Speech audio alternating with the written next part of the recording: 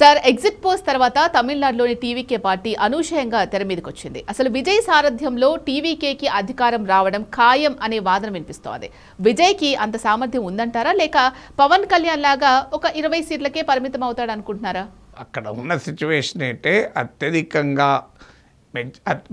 Exit polls DMK led alliance గెలుస్తుంది అని చెప్తున్నారు.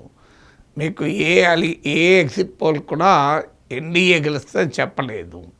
సో మీకు గెలిస్తే డిఎంకే లెడ్ అలియన్సే గెలుస్తుంది అని చెప్తున్నారు. ఒక్క యాక్సిస్ మై ఇండియా మాత్రం అనూహ్యంగా టీవీకే విజయ నాయకత్వం టీవీకేకు 98 to 120 సీట్లు ఇచ్చారు. వాళ్ళు డిఎంకే లెడ్ అలియన్స్కే 92 to 110 ఇచ్చారు. ఏడిఎంకే బీజేపీ నేషనల్ డెమోక్రాటిక్ అలియన్స్కు 22 to 32 ఇచ్చారు. సో ఇఫ్ మీకు ఒకవేళ Axis My India data correct అయినా ఈవెన్ 2 days చాణక్య కూడా విజయ్ గెలుస్తారని చెప్పలేదు, కానీ విజయ్కి సిగ్నిఫికెంట్గా సీట్లు వస్తాయి.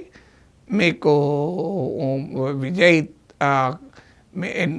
ఏడిఎంకే సీట్లు విజయ్కి పోతాయి అని పేర్కొంది.